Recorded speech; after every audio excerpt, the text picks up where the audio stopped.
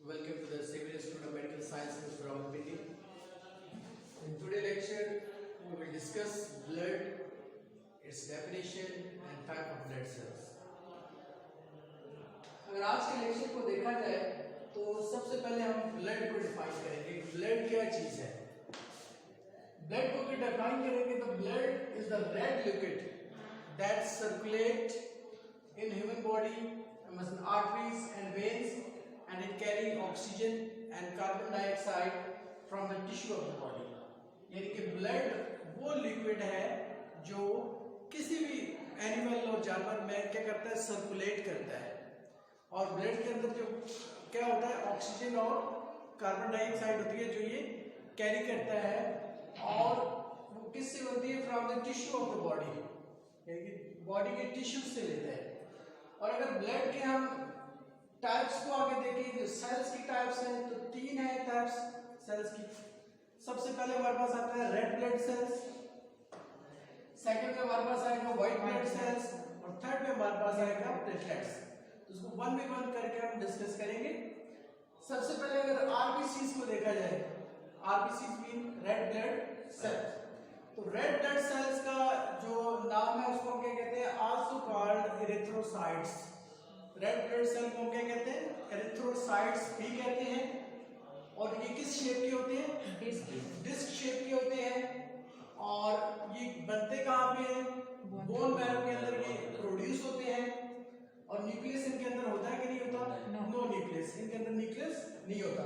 और इनका जो साइटोप्लाज्म है वो किससे फिलअप होता है? हीमोग्लोबिन से फिलअप होता है। और हीमोग्लोबिन क्या है? हीमोग्लोबिन एक रेड पिगमेंटेड प्रोटीन है। हीमोग्लोबिन क्या है? रेड पिगमेंटेड प्रोटीन है। सिंपली आप कह सकते हैं कि हीमोग्लोबिन इज अ प्रोटीन। और इसकी लाइफ कितनी है आरबीसीज की, रेड ब्लड सेल्स की? 120 डेज इसकी लाइफ है। 120 डेज के बाद ये क्या हो जाते हैं? डिस्ट्रॉय हो जाते हैं, और ऑटोमेटिकली एक सर्कल दोबारा शुरू हो जाता है। और डिस्ट्रॉय कहाँ पे होते हैं? स्प्लीन के अंदर।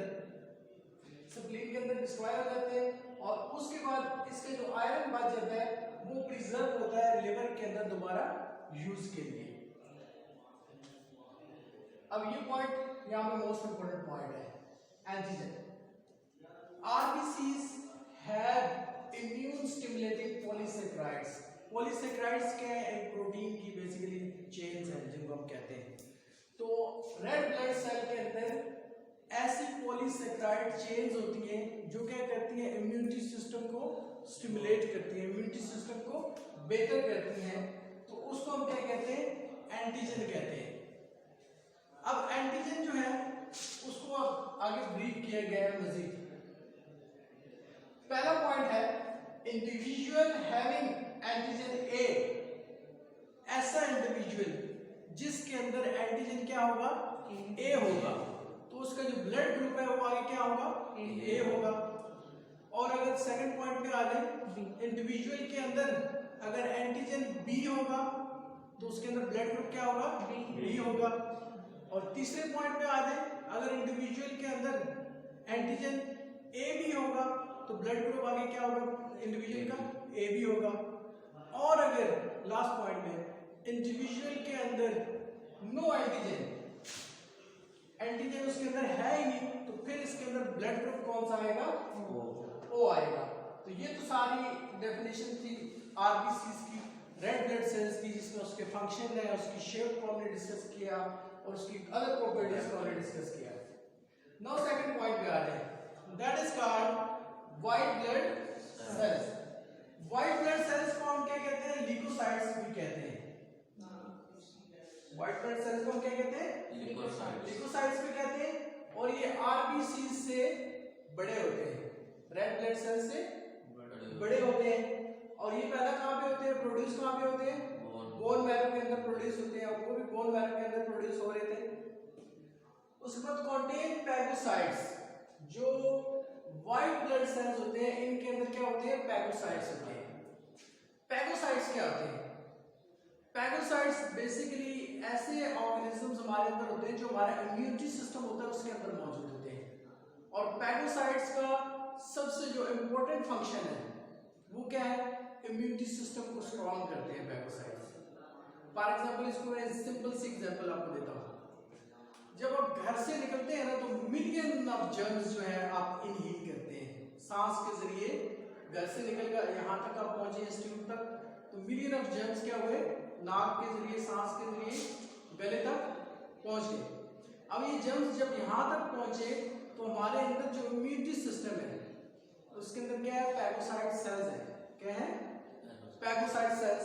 और पैगोसाइट सेल्स क्या है, वो ऐसे सेल्स रिलीज करते हैं बीच में, पैगोसाइटोसिस का अमल होता है जिसमें हम कहते हैं कि हमारी क्या है, आर्मी है हमारे अंदर, जो इम्यूनिटी सिस्टम के अंदर क्या है, आर्मी है। पैगोसाइट सेल्स रिलीज करते हैं बहुत सारे, वो क्या करते हैं, जितने भी बैक्टीरिया होते हैं, वायरसेस होते हैं, उनको इनगल्फ कर लेते हैं।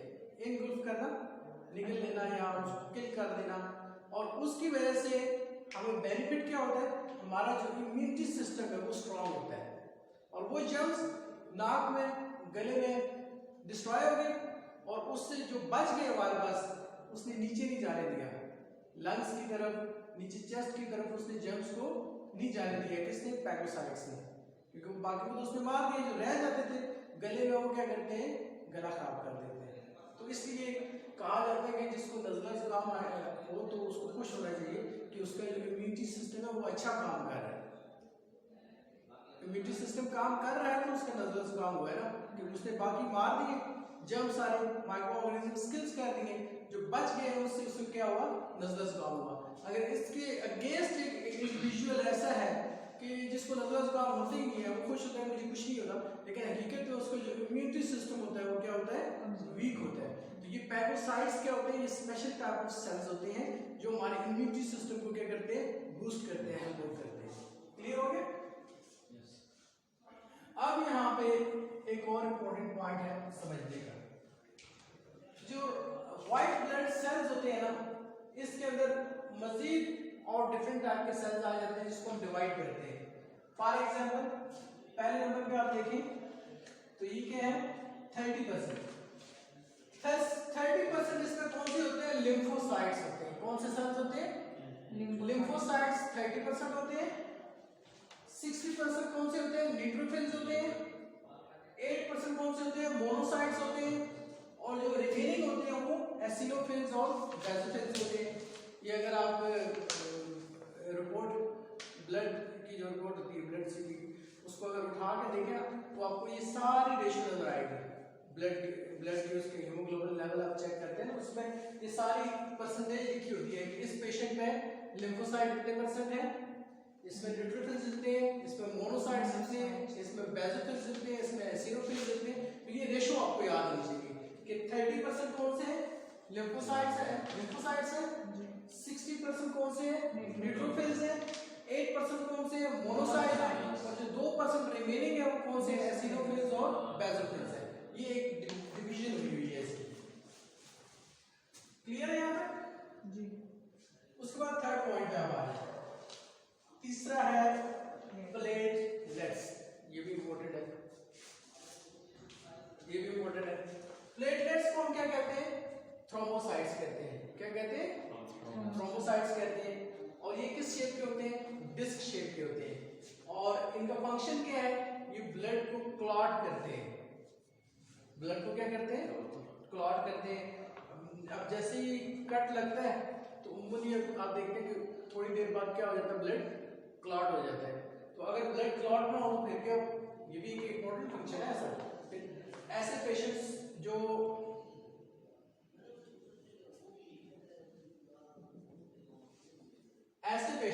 जिनमें ब्लड क्लॉटिंग नहीं होती उनको हम क्या कहते हैं, हीमोफिलिक पेशेंट कहते हैं। उनको हम हीमोफिलिक पेशेंट अगले में करते हैं। फिर भी थोड़ा सा कर देता हूँ। तीसरे नंबर पे हमारे पास क्या है, प्लेटलेट्स है। प्लेटलेट्स को हम क्या कहते हैं, थ्रोम्बोसाइट्स कहते हैं। डिस्क शेप के होते हैं और इनका मेन फंक्शन क्या है, ये ब्लड को क्लॉट करते हैं, खून को जमा देते हैं और ये बड़ा इंपॉर्टेंट फंक्शन है। अब इसमें एक मैंने जिक्र किया, एक बीमारी है जिसको हम कहते हैं हीमोफीलिया। हीमोफीलिया एक ब्लड की बीमारी है जिसमें अगर कट लग जाए तो ब्लड रुकता नहीं है और बात इंटरनल ब्लीडिंग हो जाए तो वो तो बिल्कुल नहीं रुकती। तो ये सबसे पहले उसमें डायग्नोज हुआ था हीमोफीलिया का जो ये मर्ज है। तो हीमोफीलिक अभी भी लोग हैं, कई लोग ऐसे हैं जिनको हीमोफीलिया की बीमारी है, तो हर वक्त ट्रांसमिन कैप्सूल वगैरह उनकी जेब में होता है, खुदा ना खास्ता कहीं इंजरी हो जाए तो वो लेते हैं, तो उसकी वजह से वो ब्लड को जमा देता है। तो देखिए कितना इंपॉर्टेंट फंक्शन है यहाँ पे थ्रोम्बोसाइट्स का, कि अगर थ्रोम्बोसाइट्स एक्ट नहीं करेंगे तो ब्लड क्लॉट नहीं होगा, अगर ब्लड क्लॉट नहीं होगा तो अच्छी खासी इंजरी अगर खुदा ना खास्ता हो जाए तो उससे डेथ भी हो सकती है। This is very important function. एक दो फिर इसको रिव्यू कर लेते हैं, ठीक है। सबसे पहले ब्लड को अगर देखा जाए तो ब्लड को हम कैसे डिफाइन करेंगे? Blood is a liquid that circulate in human और एनिमल्स, ठीक है, दोनों में सर्कुलेट करता है। और किस में करता है? आर्टरीज और वेन के अंदर करता है। और इसके अंदर क्या होती है? ऑक्सीजन और कार्बन डाइऑक्साइड कहां से हासिल करता है? From the tissue of the body. फिर अगर इसकी टाइप्स को देखें तो 3 टाइप्स हैं, कौन कौन सी है? आरबीसी, रेड ब्लड सेल्स इसको आरबीसीज कहते हैं, व्हाइट ब्लड सेल्स और प्लेटलेट्स। सबसे पहले अगर हम आरबीसीज को डिस्कस करें, रेड ब्लड सेल्स को डिस्कस करें, तो रेड ब्लड सेल्स क्या है? They are called erythrocytes. इसको हम क्या कहते हैं? एरिथ्रोसाइट्स कहते हैं। और ये डिस्क शेप के होते हैं, बोन मैरो के अंदर ये पैदा होते हैं, न्यूक्लियस के अंदर नहीं होता। और साइटोप्लाज्म किससे फिल होता है? हीमोग्लोबिन से। और हीमोग्लोबिन क्या है? रेड पिगमेंटेड प्रोटीन है। हीमोग्लोबिन क्या है? प्रोटीन है। और इसकी लाइफ कितनी है? 120 डेज। उसके बाद ये डिस्ट्रॉय होके दोबारा रीयूज हो जाता है कहां पे? लिवर में। और डिस्ट्रॉय ये कहां पे होता है? स्प्लीन के अंदर ये डिस्ट्रॉय होता है। अब अगर यहां पे नीचे ये मेन इंपॉर्टेंट पॉइंट मैंने लिखा था कि RBCs have immune stimulating polysaccharides called antigen. RBCs के अंदर क्या होता है? पॉलीसेक्राइड्स चेन्स होती है जो क्या करती है? इम्यूनिटी सिस्टम को स्टिमुलेट करती है, बढ़ाती है। और इसको हम क्या कहते हैं? एंटीजन। अब यहाँ पे 4 पॉइंट्स नीचे दिए गए हैं। वो इंडिविजुअल जिनके अंदर एंटीजन ए होगा तो उनका ब्लड ग्रुप क्या होगा? ए होगा। अगर इंडिविजुअल के अंदर एंटीजन बी होगा तो ब्लड ग्रुप क्या होगा? बी होगा। अगर इंडिविजुअल के अंदर एंटीजन ए और बी दोनों होंगे तो ब्लड ग्रुप क्या होगा? ए और बी होगा। और अगर किसी इंडिविजुअल के अंदर ये दोनों एंटीजन नहीं होंगे, कोई एंटीजन इसमें नहीं होगा, तो वो कौन सा ग्रुप होगा? वो ओ होगा। ब्लड ग्रुप कौन सा होगा? ओ होगा। तो ये तो हमारे पास आ गया आरबीसी, रेड ब्लड सेल्स का आ गया। अब आगे आ जाए व्हाइट ब्लड सेल्स के अंदर। व्हाइट ब्लड सेल्स को हम क्या कहते हैं? ल्यूकोसाइट्स कहते हैं। और ये आरबीसी से बड़े होते हैं, इसमें अगर आरबीसी देखा जाए। और ये प्रोड्यूस कहां पे होते हैं? बोन मैरो में प्रोड्यूस होते हैं। और इनके अंदर क्या होते हैं? पैगोसाइट्स होते हैं। और पैगोसाइट्स क्या स्पेशल हमारी आर्मी है जो हमें प्रोटेक्ट करती है एक्सटर्नल ऑर्गन से, जो जिसमें माइक्रो ऑर्गेनिजम्स होते हैं, बैक्टीरिया होते हैं, वायरसेस होते हैं, उनसे प्रोटेक्ट करती है। ये पैगोसाइट्स एक स्पेशल टाइप की आर्मी है जो हमारी इम्यूनिटी सिस्टम को क्या करती है? बूस्ट करती है। यहां पे अगर डिवीजन की जाए मजीद आगे तो 30% व्हाइट ब्लड सेल्स में क्या होंगे? लिम्फोसाइट्स। जो लिम्फोसाइट्स हैं ये कितने होंगे?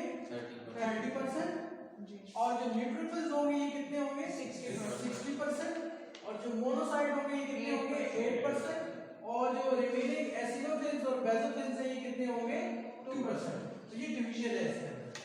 फिर आगे तीसरे नंबर पे आ जाए तो तीसरे नंबर पे हमारे पास आते हैं प्लेटलेट्स। और प्लेटलेट्स को हम क्या कहते हैं? थ्रोम्बोसाइट्स कहते हैं। और डिस्क शेप होते हैं। और इनका फंक्शन क्या है? Blood clotting. के ब्लड को क्या करते हैं? क्लॉट करते हैं। और मोस्टली एक चीज मैं और आप लोगों से डिस्कस करना चाहूंगा ब्लड क्लॉटिंग के बारे में। हीमोफीलिया तो हमने डिस्कस कर लिया कि हीमोफीलिया में क्या होता है कि ब्लड क्लॉट नहीं होता। अब देखिए ब्लड क्लॉटिंग का इंपॉर्टेंट फैक्टर है, एक प्लस पॉइंट भी है और एक नेगेटिव पॉइंट भी है। अब इसको हम इस तरह डिस्कस करते हैं। इन केस जो प्लेटलेट्स होते हैं ना, इनकी जो काम की रफ्तार होती है मॉर्निंग में इंतहाई तेज होती है और इवनिंग में क्या होती है? सुस्त हो जाती है। ठीक है, मॉर्निंग में क्या होगी? बहुत तेज रफ्तार होगी, काबल काम करने का बहुत तेज होगा और इवनिंग में स्लो हो जाएगा। इसीलिए आपने देखा होगा कि अगर कट मॉर्निंग में लग जाए तो ब्लड क्या होता है? फॉरन क्लॉट हो जाता है। और अगर कट इवनिंग में लग जाए तो वो ब्लड क्लॉट देर से हो जाए। क्यों? उसकी रीजन है मॉर्निंग में तेज होते हैं और इवनिंग में स्लो होते हैं। इसके ऊपर एक और रिलेशन है। अब जितने भी हार्ट के केसेस, हार्ट अटैक के केसेस होते हैं, ब्रेन हैमरेज के केसेस होते हैं, पैरालिसिस पालिज के केसेस होते हैं, वो कब होते हैं? अर्ली इन द मॉर्निंग होते हैं, सुबह सवेरे सवेरे होते हैं। क्यों होते हैं? उस वक्त ये होता है सोते सोते बंदे को, आपने सुना होगा कि सोए हुए तो अचानक पैरालाइज हो गए। क्यों होते हैं? ये रीजन जो मैंने बताई है कि मॉर्निंग में इनकी काम की रफ्तार क्या होती है? इंतहाई तेज होती है। अब जब ब्लड गिरा हार्ट के आसपास, फौरन क्या हो गया? क्लॉट हो गया, ऑक्सीजन का रास्ता हार्ट से क्या हो गया? मुनक़ता हो गया, हार्ट अटैक हो गया। ब्रेन का अगर आता है तो मेन जो कैरोटिड आर्टरी है यहाँ पे क्लॉटेज आ जाती है। जैसी क्लॉटेज आएगी तो ब्रेन को ऑक्सीजन की सप्लाई क्या हो जाएगी? डिस्टर्ब हो जाएगी। जब डिस्टर्ब हो जाएगी तो पेशेंट क्या हो जाएगा? पैरालाइज हो जाएगा। तो ये चीज समझने की है इसमें कि जो प्लेटलेट्स होते हैं उनका मेन फंक्शन क्या है? क्लॉटिंग होता है। और मॉर्निंग में इनकी रफ्तार बहुत तेज होती है, इवनिंग में स्लो होती है, जिसकी वजह से मॉर्निंग में अगर कट लग जाए तो फौरन ब्लीड रुक जाएगी, ठीक है, और अगर इवनिंग में होगा तो लेट होगा। तो ये तीन बेसिकली आज का जो टॉपिक था, ये ब्लड के ऊपर था, उसकी डेफिनेशन थी, फिर हमने आरबीसीज को डिस्कस किया, फिर उसके बाद हमने व्हाइट ब्लड सेल्स को डिस्कस किया, और लास्ट में हमने क्या किया? प्लेटलेट्स को डिस्कस किया। नेक्स्ट इंशाल्लाह अगला लेक्चर होगा, उसको आपको